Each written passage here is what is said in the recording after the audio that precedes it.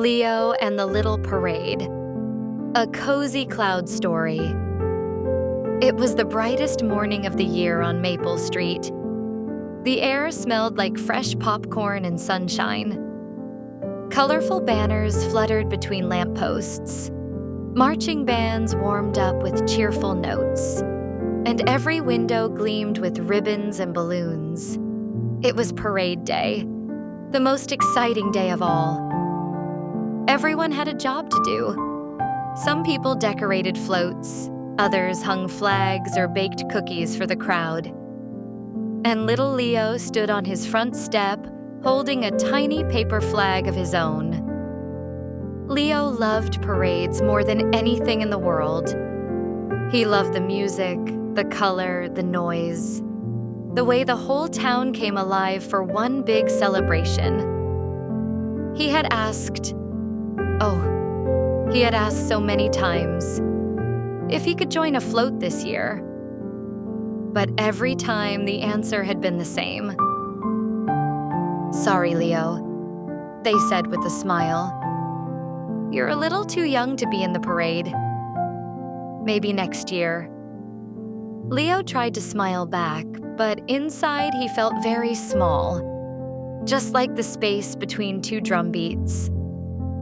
When the big floats rolled past, he imagined himself waving from one dash, maybe dressed like a knight, or a pirate, or even a giant smiling cupcake.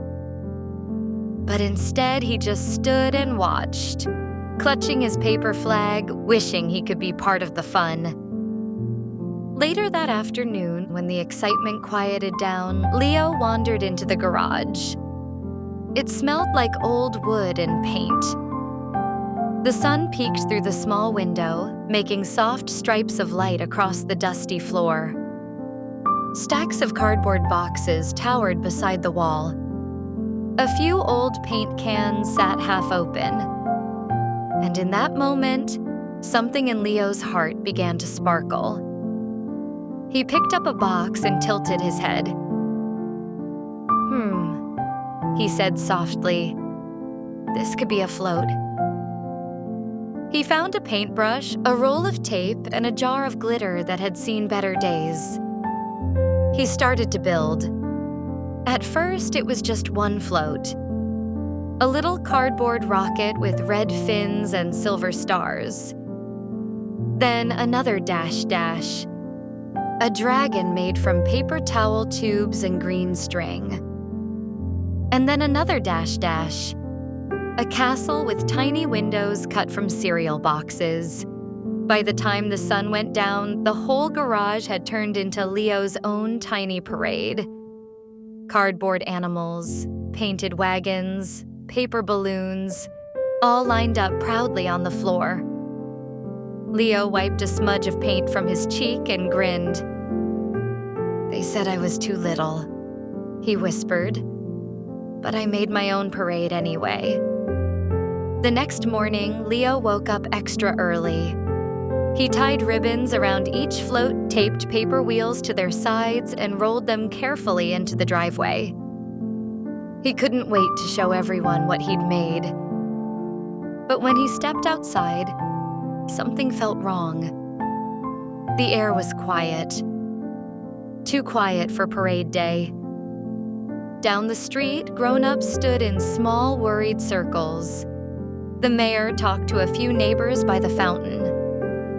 Leo hurried over, pulling one of his floats behind him. "What's happening?" he asked. The mayor sighed. "The big trucks carrying the parade floats are stuck in another town. We have to cancel the parade this year." Leo's heart sank. Cancel the parade?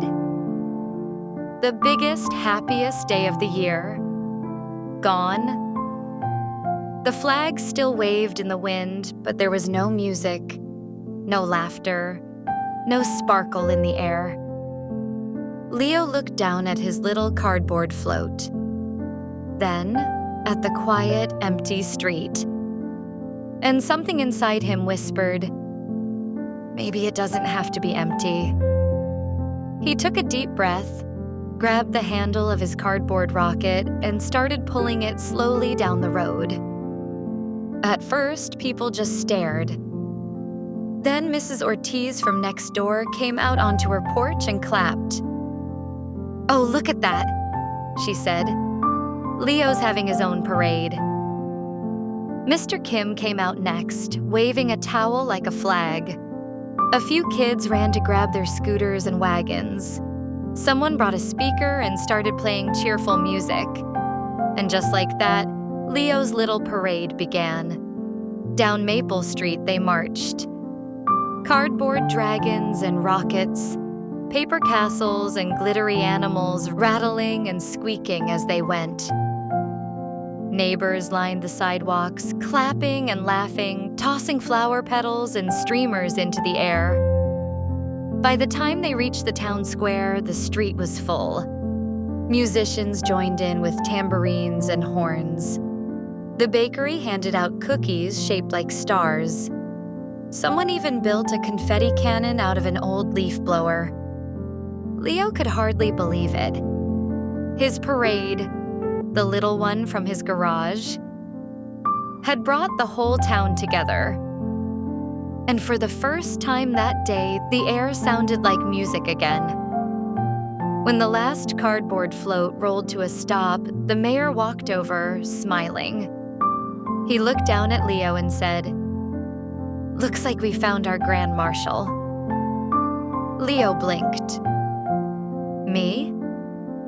The mayor nodded. "Your creativity saved Parade Day." The crowd cheered, and Leo felt the kind of happiness that starts in your chest and fills up the whole world around you.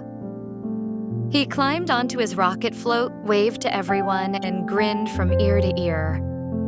That evening, when the sun dipped low and the sky turned pink and gold, the town lights twinkled like stars. The big parade might not have happened this year, but thanks to Leo, Maple Street still had its music, its laughter, and its joy. And as Leo packed away his little floats that night, he smiled softly to himself. "Next year," he whispered, "maybe we'll make it even bigger."